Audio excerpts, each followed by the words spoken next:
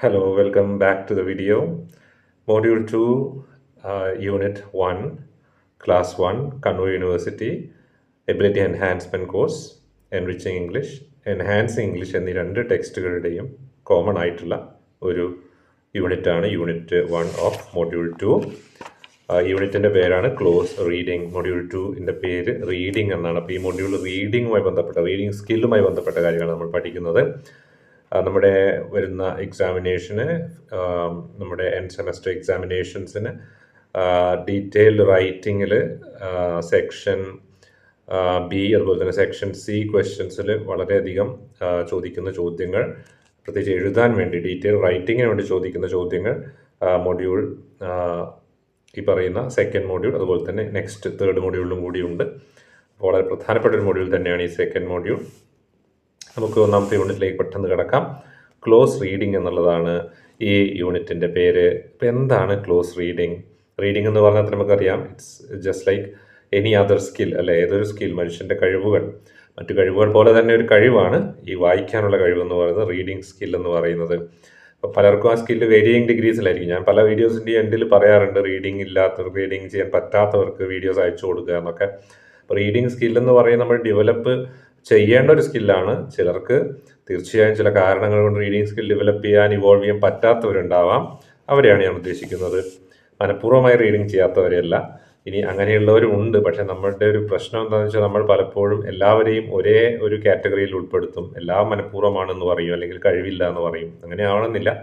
വായിക്കാനുള്ള ഒരു കപ്പാസിറ്റി അല്ലെങ്കിൽ ഒരു സ്കിൽ ചിലപ്പോൾ ഉണ്ടാവണമെന്നില്ല. ചിലർക്കിപ്പോൾ കാണാനുള്ള കപ്പാസിറ്റി ഇല്ലാത്തവരില്ലേ, കേൾക്കാനുള്ള കപ്പാസിറ്റി ഇല്ലാത്തവരില്ലേ, അതുപോലെ ഉണ്ടാവാം. അത് നമ്മളവർ മടി കൊണ്ടാണ്, അല്ലെങ്കിൽ അവർ മനഃപൂർവ്വമാണ് എന്നൊന്നും നമ്മൾ കരുതാൻ പാടില്ല. നമ്മളവരെ സഹായിക്കാൻ വേണ്ടി ശ്രമിക്കുകയാണ് ചെയ്യേണ്ടത്. നമ്മുടെ കുട്ടികളിൽ അല്ലെങ്കിൽ നമ്മുടെ കൂട്ടുകാരിലൊക്കെ ഭൂരിഭാഗം പേരും ഇത്തരത്തിൽ പ്രശ്നങ്ങളുള്ളവരാവാം. നമുക്ക് കാണാൻ സാധിക്കും എന്നതുകൊണ്ട്, ഒരു വാക്കുകൾ വായിക്കാൻ സാധിക്കുന്നത് കൊണ്ട്, ഒരു സ്ഥലത്ത് ഇരുന്ന് സമാധാനത്തോടെ ഇരുന്ന് മൈൻഡ് ഫോക്കസ് ചെയ്ത് ഒരു നിശ്ചിത സമയം, ഒരു മിനിമം ഒരു 10 മിനിറ്റെങ്കിലും തുടർച്ചയായി വാക്കുകളിലൂടെ കടന്നുപോയി, സെൻറ്റൻസുകൾ ഫോം ചെയ്ത് പാരഗ്രാഫുകളിലൂടെ കടന്നുപോയി ഒരു എസ്സേ അല്ലെങ്കിൽ പാരഗ്രാഫൊക്കെ വായിച്ചു തീർക്കുക എന്ന് പറയുന്ന നിസ്സാര സ്കില്ലല്ല അത്. അതുകൊണ്ട് എല്ലാവർക്കും അത് ഉണ്ടാവണമെന്നില്ല, എല്ലാവർക്കും അത് അറച്ചെടുക്കാൻ പറ്റണമെന്നില്ല. അതില്ലാത്തവരെ സംബന്ധിച്ചാണ് ഞാൻ പല വീഡിയോസിലും പറഞ്ഞിട്ടുള്ളത്, അവരിലേക്ക് വീഡിയോ എത്തിക്കുക എന്നുള്ളത്. അപ്പോൾ അത് വീണ്ടും പറയുന്നു, വായിക്കാൻ സാധിക്കാത്തവരിലേക്ക്, ബുദ്ധിമുട്ടുകളുള്ളവരിലേക്ക് വീഡിയോ എത്തിക്കുക. അവർക്ക് വലിയ ഉപകാരമായിരിക്കും. പരീക്ഷയ്ക്ക് മുമ്പ് പ്രത്യേകിച്ച്. നമുക്ക് പെട്ടെന്ന് ക്ലോസ് റീഡിങ്ങിലേക്ക് കിടക്കാം. Close reading is A pivotal skill that enables us to draw conclusions, read between the lines and find out implicit information from the text we are reading. നമ്മൾ വായിക്കുന്ന ടെക്സ്റ്റിൽ നിന്ന് വളരെ കൃത്യമായി പ്രധാനപ്പെട്ട വിവരങ്ങൾ നമുക്ക് വായിച്ചെടുക്കാൻ സാധിക്കുന്ന, പെട്ടെന്ന് അതിൻ്റെ കൺക്ലൂഷനിലേക്ക് എത്തിച്ചേരാൻ സാധിക്കുന്ന തരത്തിലുള്ള റീഡിങ്ങിനെയാണ് ക്ലോസ് റീഡിംഗ് എന്ന് പറയുന്നത്. ഒന്ന് അണ്ടർലൈൻ ചെയ്യുക. Close reading involves analysing what the author thinks, evaluating the text, questioning the text and forming our own judgments. നമ്മുടെ സ്വന്തം ഒരു തീരുമാനത്തിലേക്ക് ടെക്സ്റ്റ് എന്ത് ഉദ്ദേശിക്കുന്നു, നമ്മൾ വായിക്കുന്ന ആ ഒരു പാസേജിൻ്റെ അർത്ഥം എന്ത് എന്ന് സ്വന്തമായ ഒരു തിരിച്ചറിവിലേക്ക് എത്തുന്ന റീഡിംഗ് ആണ് ക്ലോസ് റീഡിംഗ്. അതിൽ ഓഥർ, എഴുത്തുകാരൻ എന്ത് ചിന്തിക്കുന്നു എന്ന് നമ്മൾ അനലൈസ് ചെയ്യണം. ടെക്സ്റ്റിൻ്റെ ഗുണദോഷങ്ങൾ അല്ലെങ്കിൽ ടെക്സ്റ്റിൻ്റെ അർത്ഥവ്യത്യാസങ്ങൾ, അർത്ഥതലങ്ങൾ നമ്മൾ അനലൈസ് ചെയ്യണം. എന്നിട്ട് അതിനെ ചോദ്യം ചെയ്യണം. ടെക്സ്റ്റിൽ പറയുന്ന കാര്യങ്ങൾ നമുക്ക് വേണമെങ്കിൽ ചോദ്യം ചെയ്യാം. അതിൻ്റെ അവസാനം ഒരു കൺക്ലൂഷനിലേക്ക് എത്തിച്ചേരുകയും ചെയ്യണം. ഇതൊക്കെ ക്ലോസ് റീഡിങ്ങിൻ്റെ ഭാഗമാണ്. ഇനി ഫാക്ട് ആൻഡ് ഒപ്പീനിയൻ എന്ന സബ്സെക്ഷനിലേക്ക് പോവുകയാണ്. The ability to recognize a fact. നേരത്തെ നമ്മൾ വായിച്ച 2 സെൻറ്റൻസ് ഉണ്ടല്ലോ, അത് രണ്ടും അണ്ടർലൈൻ ചെയ്ത് വെക്കുക. നിങ്ങൾക്ക് ഉപകാരപ്പെടും. ബൈ ഹാർട്ട് പഠിക്കുക. ഡെഫിനിഷൻ സെക്ഷൻ എയിൽ ചോദിക്കും, വാട്ട് ഇസ് ക്ലോസ് റീഡിംഗ്. അതിൽ ഉപയോഗിക്കാൻ പറ്റുന്ന ഡെഫിനിഷനാണത്. നോട്ട് അതിൻ്റെ ആവശ്യമില്ല, നിങ്ങൾക്ക് അണ്ടർലൈൻ ചെയ്ത് വെക്കുക. അടുത്തത് fact and opinion. Ability to recognize a fact and opinion is a fundamental part of close reading, as it enables readers to distinguish objective factual information from the subjective views of the author of a text. അപ്പം നമ്മുടെ നിത്യ ജീവിതത്തിൽ fact എന്താണ്, വസ്തുതകൾ എന്താണ്, opinion എന്താണ്, അഭിപ്രായങ്ങൾ എന്താണ്, ഈ 2 കാര്യങ്ങളും വേർതിരിച്ചറിയാനുള്ളൊരു കഴിവ് അനിവാര്യമാണ്, അത്യാവശ്യമാണ്. കാരണം ഈ 2 കാര്യങ്ങളും നമ്മുടെ ചിന്താഗതികളെ, നമ്മുടെ ജഡ്ജ്മെൻറ്റ്സിനെ എപ്പോഴും സ്വാധീനിക്കുന്ന ഘടകങ്ങളാണ്. അതായത് നമ്മൾ ഒരു വ്യക്തിയുടെ അഭിപ്രായം കേട്ട് അത് ഫാക്റ്റാണെന്ന് വിചാരിച്ച്, പലപ്പോഴും സംഭവിക്കുന്നത് ന്യൂസുകളിലൊക്കെയാണ്, ഫാക്റ്റുകളാണെന്ന് വിചാരിച്ച് നമ്മൾ കേൾക്കുന്ന പലപ്പോഴും അഭിപ്രായങ്ങളായിരിക്കും. അപ്പോൾ നമ്മളത് വിശ്വസിക്കും, ഇത് ഫാക്റ്റാണെന്ന് വിചാരിച്ചിട്ട്. ഇന്ന് പ്രധാനമായിട്ടും അങ്ങനെ സംഭവിക്കുന്നുണ്ട്. പലപ്പോഴും നമ്മുടെ ജഡ്ജ്മെൻറ്റ്സ് ഒക്കെ അതുകൊണ്ട് ക്ലൗഡഡ് ആണ്. നമ്മൾ പലപ്പോഴും എത്തിച്ചേരുന്ന നിഗമനങ്ങളൊക്കെ തെറ്റുമാണ്. അപ്പോൾ ഫാക്ച്വൽ ഇൻഫർമേഷൻ എന്ന് പറയുന്നത് നമ്മുടെ സബ്ജക്റ്റീവ് വ്യൂ അല്ല. നമ്മുടെ സബ്ജക്റ്റീവ് എന്ന് പറഞ്ഞാൽ പേഴ്സണൽ പോയിന്റ് ഓഫ് വ്യൂ അതല്ല, അത് ഒബ്ജക്റ്റീവ് ആയിരിക്കണം ഫാക്ട് എന്ന് പറയുന്നത്. എന്താ ഫാക്ട്? ഡെഫിനേഷൻ നോക്കാം, ഒന്ന് പഠിച്ചു നോക്കുക. A fact is a statement, underline ചെയ്യുക ഈ definition. A fact is a statement that can be objectively verified as either true or false. ശരിയോ തെറ്റോ എന്ന് വെരിഫൈ ചെയ്യാൻ പറ്റുന്ന, അതായത് പരിശോധിച്ച് നോക്കാൻ പറ്റുന്ന ഒരു വസ്തുത, ഒരു സ്റ്റേറ്റ്മെന്റ്, ഒരു പ്രസ്താവനയെ നമുക്ക് ഫാക്ട് എന്ന് പറയാം. For example, the sun rises in the east is a factual statement that can be tested and verified. നമുക്ക് ടെസ്റ്റ് ചെയ്യാൻ പറ്റുന്ന, പരിശോധിച്ച് നോക്കാൻ പറ്റുന്ന, വെരിഫൈ ചെയ്യാൻ പറ്റുന്ന, വിലയിരുത്താൻ പറ്റുന്ന സ്റ്റേറ്റ്മെന്റ് ആണത്, അത് ഫാക്റ്റ് ആണ്. അതുകൊണ്ട് തന്നെ an opinion, on the other hand, is a statement that is influenced by one's feelings, beliefs or preferences. എന്നാൽ ഒപ്പീനിയനോ ഒരു വ്യക്തിയുടെ ഫീലിംഗ് ആവാം, വികാരങ്ങളാവാം, ആ വ്യക്തിയുടേതായ പ്രിഫറൻസുകളാവാം, പരിഗണനകളാവാം, വിശ്വാസങ്ങളാവാം. ഇതൊക്കെ വെച്ചുകൊണ്ട് അയാൾ അഭിപ്രായം പറയുമ്പോൾ അതിനെയാണ് നമ്മൾ ഒപ്പീനിയൻ എന്ന് പറയുന്നത്. Unlike A fact, an opinion can വാരി ഫ്രം പേഴ്സൺ ടു പേഴ്സൺ. വ്യക്തിയിൽ നിന്ന് വ്യക്തികളിലേക്ക് അഭിപ്രായങ്ങൾ, ഒപ്പീനിയൻസ് വാരി ചെയ്യുന്നുണ്ട്, മാറി മാറി വരുന്നുണ്ട്. Swimming is N enjoyable exercise is an opinion. Swimming വളരെ എൻജോയബിൾ ആയ ഒരു എക്സസൈസ് ആണെന്ന്, ആസ്വദിക്കാൻ പറ്റുന്ന ഒരു വ്യായാമമാണ് സ്വിമ്മിങ് എന്നൊരാൾ പറഞ്ഞാൽ അത് ഒരു ഒപ്പീനിയനാണ്, അതൊരു അഭിപ്രായമാണ്. ഇതൊക്കെ ഫാക്ട് എന്നുള്ള രീതിയിൽ നമ്മൾ പരിഗണിക്കുന്ന ഇതുപോലുള്ള ഒരുപാട് വിഷയങ്ങൾ ഫാക്ട് എന്ന് പറയുന്നുണ്ട് അല്ലേ. സ്വിമ്മിങ് വളരെ എൻജോയബിൾ ആണ്, അതൊരു വ്യക്തിയുടെ അഭിപ്രായമാണ്. എല്ലാവരും അങ്ങനെ ആവണമെന്നില്ല അല്ലേ. സ്വിമ്മിങ് അറിയാത്ത നമ്മളെപ്പോലുള്ള ആൾക്കാർ എന്ത് പറയും? അയ്യോ പറ്റില്ല, പേടിയാവുന്നു പറയും അല്ലേ. അപ്പോൾ അതാണ് വ്യത്യാസം. An author uses facts or examples as support statements in order to persuade the reader. ഒരു എഴുത്തുകാരനെ സംബന്ധിച്ച് ആ വ്യക്തി വായനക്കാരനെ അഭിസംബോധന ചെയ്യുമ്പോൾ വായനക്കാരനെ താൻ പറയുന്ന കാര്യങ്ങൾ ബോധിപ്പിക്കുന്നതിന് വേണ്ടിയോ അല്ലെങ്കിൽ വായനക്കാരനെ മനസ്സിലാക്കുന്നതിന് വേണ്ടിയോ അവനെ പെർസ്വേഡ് ചെയ്യുക, അവനെ പ്രേരിപ്പിക്കുന്നതിന് വേണ്ടിയൊക്കെ ഫാക്റ്റുകൾ ഉപയോഗിക്കും. അത് നമ്മൾ തെളിവുകളായിട്ടൊക്കെ ഫാക്റ്റ് ഉപയോഗിക്കും. ഒരു വസ്തുത പറഞ്ഞ് അതിനെ അദ്ദേഹത്തിൻ്റെ കാഴ്ചപ്പാടുകളെ ശരിയെന്ന് പ്രൂവ് ചെയ്യാൻ ശ്രമിക്കും ഏതൊരു എഴുത്തുകാരനും. When you come across an argument, read it closely to evaluate if there are enough statements to support it and if they are convincing. നിങ്ങൾ ഏതൊരു ആർഗ്യുമെന്റ് വായിക്കുകയാണെങ്കിലും, ന്യൂസ് പേപ്പർ ആയിക്കോട്ടെ, കേൾക്കുന്ന മീഡിയ ആയിക്കോട്ടെ, നിങ്ങളൊരു ആർഗ്യുമെന്റ്, വ്യക്തി പറഞ്ഞ ആർഗ്യുമെന്റ് കേൾക്കുകയാണ്, വായിക്കുകയാണ്, അതിൽ എത്രത്തോളം സ്റ്റേറ്റ്മെൻറ്റ്സ് നിങ്ങൾ കേൾക്കുന്ന ആർഗ്യുമെൻറ്റിനെ സപ്പോർട്ട് ചെയ്യാൻ അവർ പറയുന്നുണ്ട്, എത്രത്തോളം ആർഗ്യുമെൻറ്റിനെ സപ്പോർട്ട് ചെയ്യുന്ന ഫാക്റ്റുകളും മറ്റ് സ്റ്റേറ്റ്മെൻറ്റ്സ് അവർ ഉപയോഗിക്കുന്നുണ്ട്, അത്തരം കാര്യങ്ങൾ നിങ്ങൾ ശ്രദ്ധിച്ചാൽ മാത്രമേ ഒരു ആർഗ്യുമെൻറ്റ് ശരിയോ തെറ്റോ വിശ്വസനീയമാണോ അല്ലയോ എന്ന് തീരുമാനിക്കാൻ സാധിക്കൂ. അതൊന്ന് നോട്ട് ചെയ്ത് നോക്കുക. കാരണം അതൊക്കെ നമുക്ക് ഇതിൻ്റെ സപ്പോർട്ടീവ് എക്സാമ്പിൾസോ അല്ലെങ്കിൽ സപ്പോർട്ടീവ് ആർഗ്യുമെൻറ്റ്സ് ആയിട്ട് നമുക്ക് ഉപയോഗിക്കാവുന്നതാണ്. ഫാക്ട് എന്താണെന്ന് ചോദിച്ചു കഴിഞ്ഞാൽ നമുക്കെല്ലാം അറിയാം എന്താ ഫാക്ട് എന്ന്, ഞാൻ സ്ഥിരം പറയുന്നതാണ്. അറിയാത്ത കാര്യങ്ങളൊന്നുമല്ല. പക്ഷേ ഡെഫിനേഷൻ എഴുതാൻ പറഞ്ഞു കഴിഞ്ഞാൽ നമ്മൾ കൺഫ്യൂസ്ഡ് ആയി പോകും അല്ലേ, വാട്ട് ഇസ് എ ഫാക്ട് എന്ന് ചോദിച്ചാൽ. അപ്പോൾ അതിന് വേണ്ടിയിട്ട് ഡെഫിനേഷൻ ഒന്ന് പഠിച്ചു നോക്കുക, അത്യാവശ്യമാണ്. നമുക്ക് ടാസ്ക് 1 ഒന്ന് ജസ്റ്റ് ഒന്ന് വായിച്ചു നോക്കാം. Read the following statements about social media platforms. Write F if the statement is a fact and O if it is an opinion. താഴെ കൊടുത്തിരിക്കുന്ന സോഷ്യൽ മീഡിയ പ്ലാറ്റ്ഫോംസിനെ കുറിച്ചുള്ള പ്രസ്താവനകൾ വായിക്കുക. എഫ് എന്ന് അതിൽ ആ ഡാഷുള്ള സ്ഥലത്ത് എഫ് എന്ന് എഴുതുക, ഫാക്റ്റ് ആണെങ്കിൽ O എന്ന് എഴുതുക, ഒപ്പീനിയൻ ആണെങ്കിൽ, അഭിപ്രായമാണെങ്കിൽ. ഒന്നാമത്തെ ക്വസ്റ്റ്യൻ വായിക്കാം. Social media companies have content moderation teams to review and reinforce platform rules and guidelines. Social media കമ്പനികൾക്ക് നമ്മൾ പോസ്റ്റ് ചെയ്യുന്ന കാര്യങ്ങൾ മോഡറേറ്റ് ചെയ്യാൻ വേണ്ടിയിട്ടുള്ള ടീംസ് ഉണ്ട്.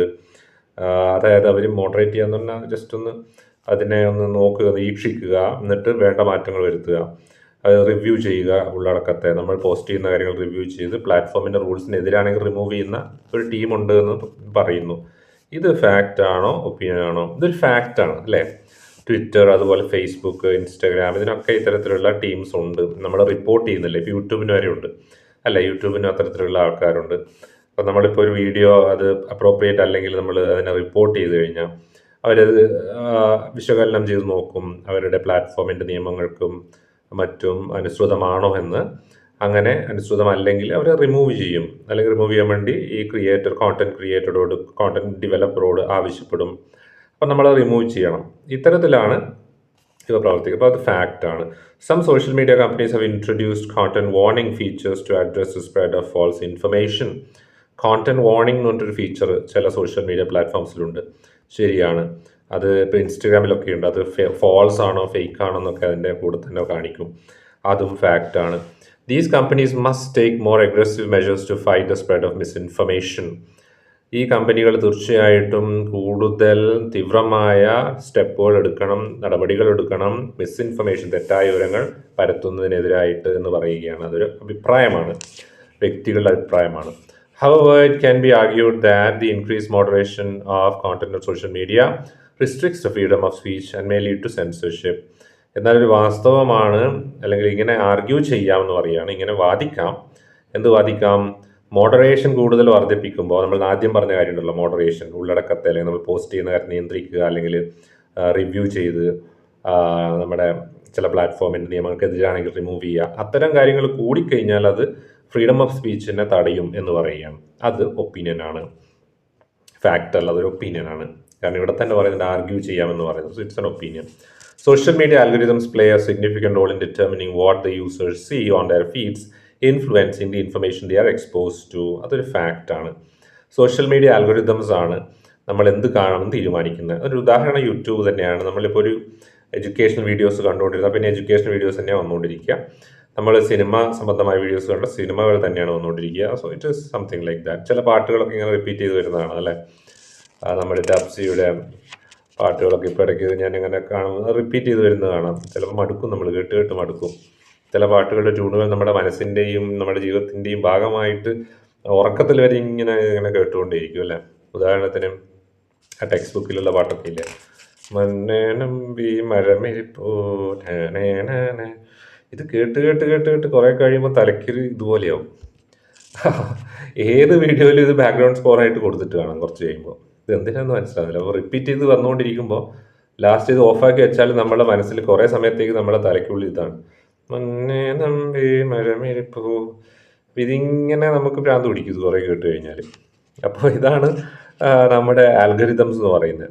അപ്പോൾ സോഷ്യൽ മീഡിയ ആൽഗോരിതംസ് ഒരു ഫാക്റ്റ് തന്നെയാണ്. ഇറ്റ്സ് എ ഫാക്ട്, നമുക്ക് അറിയുകയും ചെയ്യാം. പിന്നെ ഈ സെൻറ്റൻസുകളുടെ സ്ട്രക്ചർ നിങ്ങൾ ശ്രദ്ധിച്ചോ? എപ്പോഴും ഒപ്പീനിയൻ ആകുമ്പോൾ അത് ആർഗ്യൂ എന്ന് പറയും, അല്ലെങ്കിൽ ഇറ്റ് ക്യാൻ ബി ആർഗ്യൂഡ് എന്ന് പറയും, കണ്ട. അല്ലെങ്കിൽ must take more aggressive, companies must take, അതായത് ഒരാൾ പറഞ്ഞു കൊടുക്കുന്ന പോലെ, അങ്ങനെയൊക്കെയുള്ള വാക്കുകൾ പ്രത്യേകം ഇത്തരം വാചകങ്ങളിലുണ്ടാവും. അപ്പോൾ ഈ ഇത്തരത്തിലുള്ള വാക്കുകൾ ഉണ്ടെങ്കിൽ തന്നെ അത് ഒപ്പീനിയൻ ആയിരിക്കും. അപ്പോൾ അത് ഒരു ക്ലൂ ആണ്, ശ്രദ്ധിക്കുക. അടുത്തത് നോക്കിയേ, social media algorithm should prioritize user wellbeing and genuine engagement over click through rates and advertising revenue. അതായത് സോഷ്യൽ മീഡിയയിലെ ആൽഗോരിതംസ് റവന്യൂ അല്ലെങ്കിൽ യൂസർ എൻഗേജ്മെൻ്റ് അല്ല നോക്കേണ്ടത്, യൂസറിൻ്റെ വെൽബീയിങ് ആണ് നോക്കേണ്ടത്, യൂസറിൻ്റെ നന്മയാണ് നോക്കേണ്ടത് എന്നാണ് പറയുന്നത്. ഇതൊരു അഭിപ്രായമാണ്.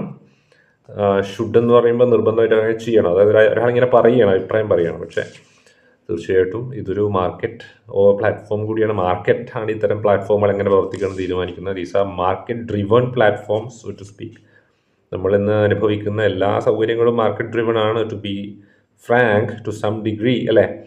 Except maybe some facilities, but even that in certain cases are market driven. ഒരു തരത്തിൽ അല്ലെങ്കിൽ മറ്റൊരു തരത്തിൽ മാർക്കറ്റ് സ്വാധീനിക്കാത്ത എന്തെങ്കിലും നമ്മുടെ ജീവിതത്തിലുണ്ടോ? വലിയൊരു ചോദ്യചിഹ്നമാണ് അല്ലേ. എല്ലാം മാർക്കറ്റിൻ്റെ സ്വാധീനത്തിലാണ് എന്നുള്ളതാണ്.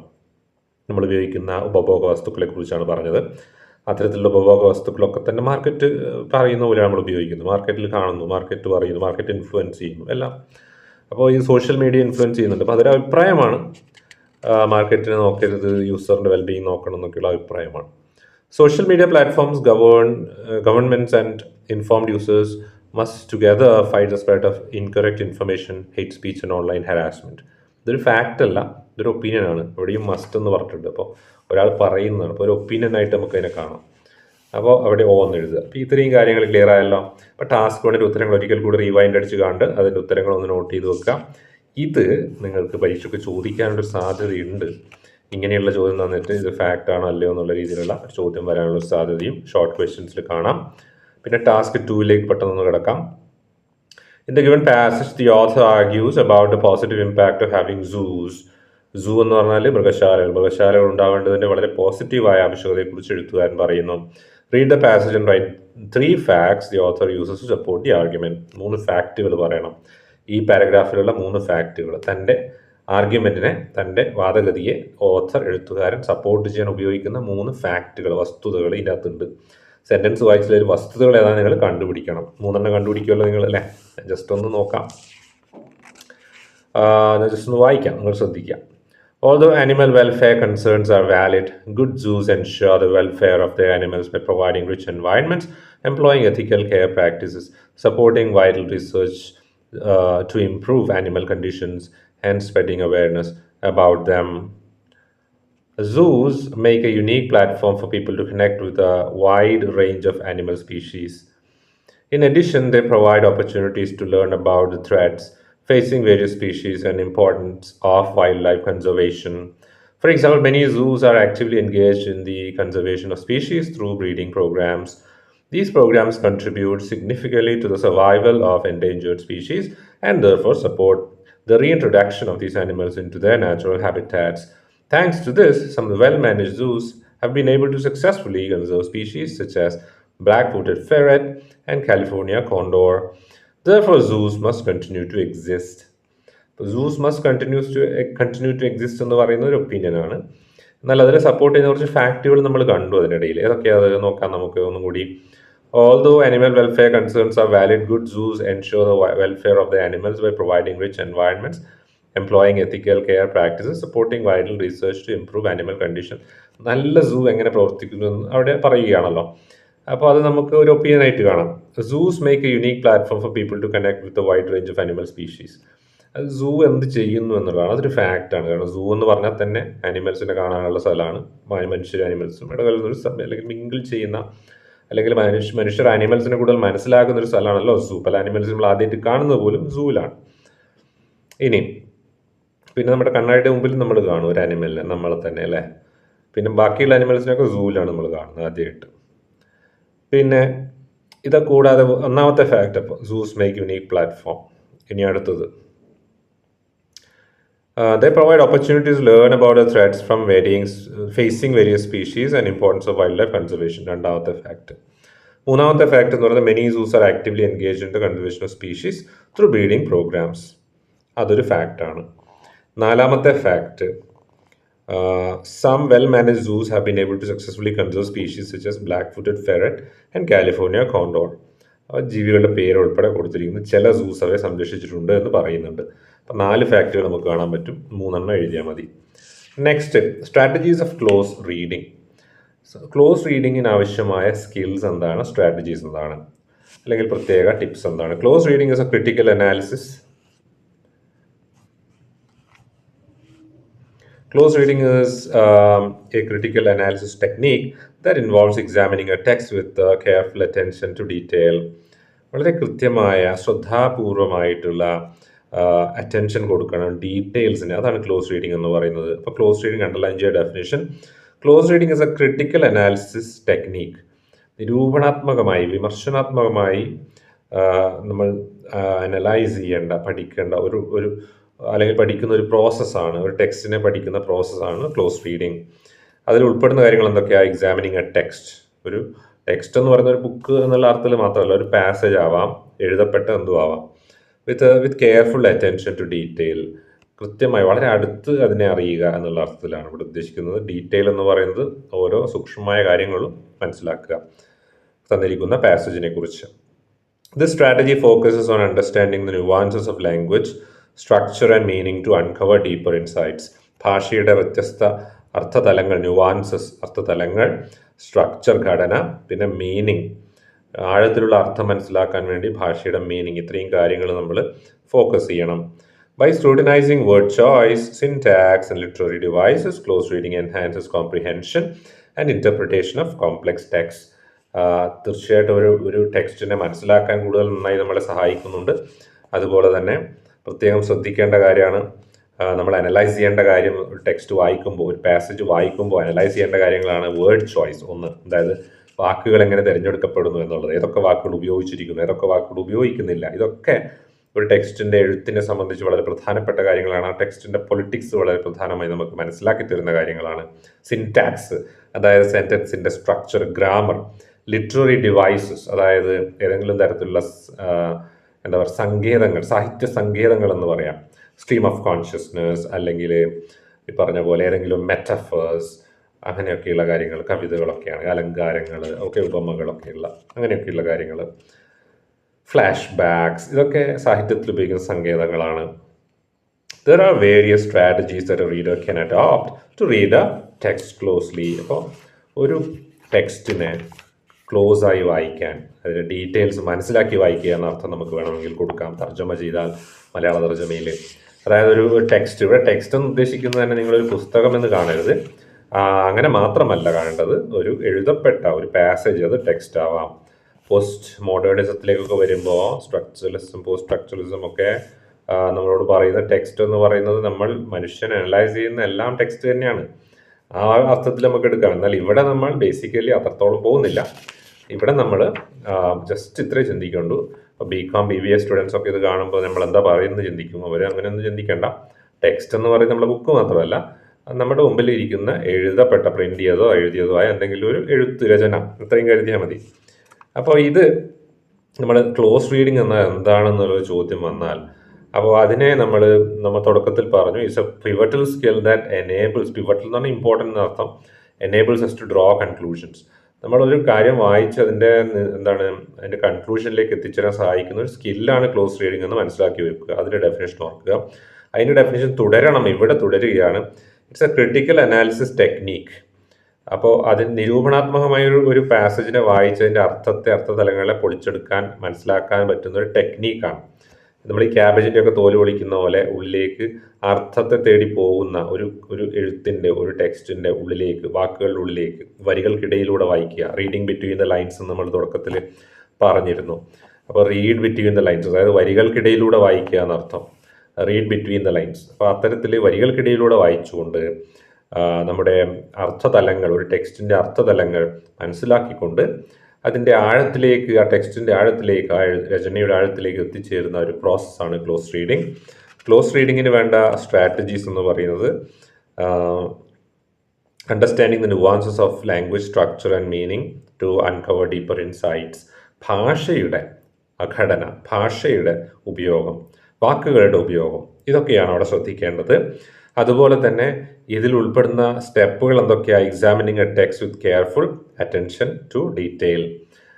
വ്യക്തമായിട്ട് ഒരു ടെക്സ്റ്റ് വായിക്കുന്ന സമയത്ത് അതിലെ ഡീറ്റെയിൽസിന് ഫോക്കസ് കൊടുക്കുക. അതിൻ്റെ ഓരോ ഘടനയ്ക്കും അല്ലെങ്കിൽ ഓരോ ഘടകത്തിനും ഇമ്പോർട്ടൻസ് കൊടുത്തുകൊണ്ട് ശ്രദ്ധാപൂർവം വായിക്കുക എന്നർത്ഥം. അതിനെക്കുറിച്ച് ചോദ്യങ്ങൾ ചോദിച്ചുകൊണ്ട് വായിക്കുക എന്നർത്ഥം. അതുപോലെ തന്നെ word choice, syntax, literary devices, ഇതൊക്കെ നമ്മൾ അനലൈസ് ചെയ്യണം ഈ ടെക്സ്റ്റ് വായിക്കുമ്പോൾ എന്നർത്ഥം. അനലൈസ് ചെയ്യാന്ന് പറഞ്ഞാൽ ഓരോ വാക്കിൻ്റെ അർത്ഥം എന്തൊക്കെ വ്യത്യസ്ത അർത്ഥങ്ങൾ അതിനുണ്ടാവാം, പോസിബിലിറ്റീസ് ഉണ്ടാവാം, എന്തുകൊണ്ട് ഈ എഴുത്തുകാരൻ മറ്റൊരു വാക്ക് ഉപയോഗിച്ചില്ല, ഇങ്ങനെയൊക്കെയുള്ള അനാലിസിസ് നമുക്ക് പല വ്യത്യസ്ത കാഴ്ചപ്പാടുകളും ഒരു പുസ്തകത്തെക്കുറിച്ച് അല്ലെങ്കിൽ ഒരു ലേഖനത്തെക്കുറിച്ച് നൽകിയേക്കാം. അങ്ങനെ ചിന്തിക്കുകയാണെങ്കിൽ നിരവധി അർത്ഥതലങ്ങളിലേക്ക് ഓരോ പുസ്തകവും നമ്മെ എത്തിക്കാം. അപ്പം ഇത്തരത്തിൽ വായനയുടെ വലിയൊരു ലോകത്തിലേക്കാണ് ഈ ഒരു യൂണിറ്റ് നമ്മളെ നയിക്കുന്നത്. ഇതൊരു എക്സാമിനേഷൻ പോയിന്റ് ഓഫ് വ്യൂവിൽ മാത്രം നമ്മൾ കാണരുത്. ഈ യൂണിറ്റ് നമ്മുടെ ലൈഫ് ലോങ് നമ്മുടെ കൂടെ ഉണ്ടാവേണ്ട ഒരു യൂണിറ്റാണ്. കാരണം വായന എന്ന് പറയുന്ന ഒരു മാസ്റ്റർ സ്കില്ലാണ്. ഏത് സ്കില്ലും നമുക്ക് ആർജിച്ചെടുക്കാൻ സാധിക്കുന്ന ഒരു സ്കില്ലാണ് വായന. വായനയിൽ ഉൾപ്പെടുന്ന നിരവധി, അല്ലെങ്കിൽ വായന നമുക്ക് നൽകുന്ന ഒരുപാട് സൈഡ് ഇഫക്റ്റുകളുണ്ട്, ഒരുപാട് പോസിറ്റീവ് ഇമ്പാക്റ്റുകളുണ്ട് എന്ന് പറയാം. ഈ സൈഡ് ഇഫക്റ്റ് എന്ന് പറയുന്നത് നെഗറ്റീവ് വേർഡായിട്ട് അത് ഞാൻ ഉപേക്ഷിക്കുക. അപ്പോൾ let's call it positive impact. What are those positive impacts? ഒന്ന്, നമ്മുടെ ഫോക്കസ് വർദ്ധിപ്പിക്കുന്നു. രണ്ട്, we learn to be patient, ക്ഷമയുള്ളവരായി, ക്ഷമ അത് പഠിക്കുന്നു. മൂന്നാമത്തത്, വി എൻറിച്ച് അവർ വൊക്കാബുലറി, നമ്മുടെ വാക്കുകളുടെ സ്റ്റോറേജ് വർദ്ധിപ്പിക്കുന്നു, വാക്കുകളുടെ എണ്ണം വർദ്ധിപ്പിക്കുന്നു, നമുക്ക് അറിയാവുന്ന വാക്കുകളുടെ എണ്ണം വർദ്ധിക്കുന്നു. 4, we learn to read. At the same time, we also learn to write and to think. വായിച്ചുകൊണ്ടിരിക്കുമ്പോൾ കൂടുതൽ വായിക്കാൻ പഠിക്കും, വായനയുടെ പല അർത്ഥങ്ങൾ പഠിക്കും. അതുപോലെ തന്നെ വായിച്ചുകൊണ്ടിരിക്കുമ്പോൾ വായനയുടെ സ്പീഡ് കൂടും നമ്മുടെ, അല്ലേ? വായന തന്നെ ഇമ്പ്രൂവ് ആവും. പ്ലസ് റീഡിങ് നമ്മളെ ഹെൽപ്പ് ചെയ്യുന്ന മറ്റൊരു പ്രധാനപ്പെട്ട കാര്യമുണ്ട്, അതാണ് എഴുതാൻ നമ്മളെ പഠിപ്പിക്കും. ഓട്ടോമാറ്റിക് നമ്മുടെ മൈൻഡിന് എങ്ങനെയാണ് നമ്മുടെ തോട്ട്സിനെ അറേഞ്ച് ചെയ്ത് വെക്കേണ്ടത്, നമുക്ക് എങ്ങനെ വാക്കുകളിൽ നിന്ന് വാക്കുകളിലേക്കുള്ള ആ പ്രയാണം എങ്ങനെ എന്ന് ഒരു അണ്ടർസ്റ്റാൻഡിങ് നമുക്ക് ലഭിക്കും. അൺകോൺഷ്യസ്ലി ലഭിക്കുന്നത് ഓട്ടോമാറ്റിക്കായി നമുക്ക് ലഭിക്കും. ഒരു തരത്തിലുള്ള ഓസ്മോസിസ് എന്നൊക്കെ പറയാം, ഒരു ഓട്ടോമാറ്റിക് നമുക്കത് ലേണിംഗ് കിട്ടും. അടുത്ത പ്രധാനപ്പെട്ട കാര്യമാണ് നമ്മളെ ചിന്തിക്കാൻ പഠിപ്പിക്കും. നമ്മളെ ചുറ്റുമുള്ള ലോകത്തെക്കുറിച്ച് നമ്മളെക്കുറിച്ച് തന്നെയും വ്യക്തമായും ആഴത്തിലും ചിന്തിക്കാൻ വായന നമ്മെ പഠിപ്പിക്കും. അതുകൊണ്ട് ക്ലോസ് റീഡിംഗ് എന്ന ഈ ചാപ്റ്ററിലൂടെ നമ്മൾ വലിയൊരു വായനയുടെ ലോകത്തിലേക്ക് തന്നെ കടക്കണം. പരീക്ഷയ്ക്ക് വേണ്ടി മാത്രം ഇത് പഠിക്കരുത്. ഞാൻ എപ്പോഴും പറയുന്നു, വായിക്കാൻ ബുദ്ധിമുട്ടുള്ളവർക്ക് വേണ്ടി വീഡിയോ ഷെയർ ചെയ്യുക എന്നും പറയുന്നു. എങ്കിലും ഈ വായിക്കാൻ ബുദ്ധിമുട്ടുള്ളവർ ഉൾപ്പെടെ വായിക്കാൻ ശ്രമിച്ചു നോക്കുക, വായനയുടെ സ്കില്ല് പഠിക്കാൻ ശ്രമിച്ചു നോക്കുക. അടുത്ത വീഡിയോയിൽ അടുത്ത ദിവസം നോട്ട് മേക്കിംഗ്, ഈ ചാപ്റ്ററിൽ നിന്ന് പരീക്ഷയ്ക്ക് ചോദിക്കാൻ സാധ്യതയുള്ള ഒരു ഷോർട്ട് ക്വസ്റ്റ്യൻ ആണ് നോട്ട് മേക്കിംഗ്. അത് നമുക്ക് പ്രധാനമായിട്ട് അടുത്ത ക്ലാസ്സിൽ പഠിക്കാം. See you in the next class. Thank you so much. Have a great time. Bye-bye.